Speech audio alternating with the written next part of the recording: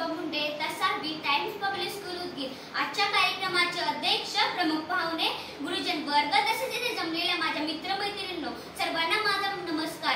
जिने पुरुष प्रधान संस्कृतीचा पगडा मोडून काढला आणि अज्ञानाच्या अंधकारात चाच पडविणाऱ्या महिलांना ज्ञानाचा प्रकाश दिला, महिलांना शिक्षण देऊन महिलांचा आत्मसन्मान उंचावण्याचे काम केले, अशा भारताच्या पहिल्या महिला शिक्षिका, राष्ट्रमाता क्रांतीज्योती सावित्रीबाई फुले यांच्याविषयी आज मी तुम्हाला थोडक्यात माहिती सांगणार आहे।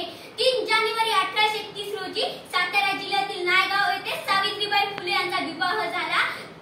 सावित्रीबाई फुले यांचा जन्म झाला। वयाच्या 90व्या वर्षी सावित्रीबाई फुले यांचा ज्योतिबा फुलेंसोबत विवाह झाला। सावित्रीबाई फुले यांचा जन्मदिन संबंध महाराष्ट्रभर बालिका दिन म्हणून साजरा केला जातो। या भाषणाच्या निमित्ताने मी आपणास एवढंच सांगेन की मुलींना शिक्षण द्या, मुलींना स्वाभिमानाने जगू द्या, त्यांना आकाशात गरुड झेप मारण्यासाठी त्यांना बळ द्या, मग तेव्हाच आपल्यातून एखादी सावित्री तयार होईल।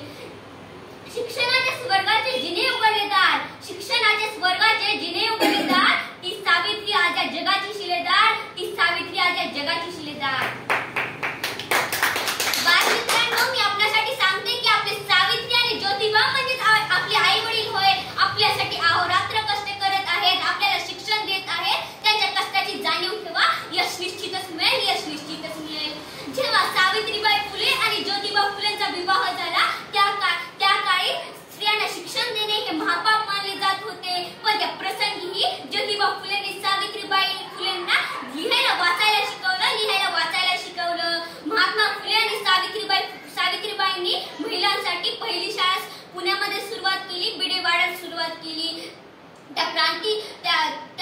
त्या निर्णयाला ते सगळे लोक विरोध करत होते, पण त्या डगमगल्या नाहीत।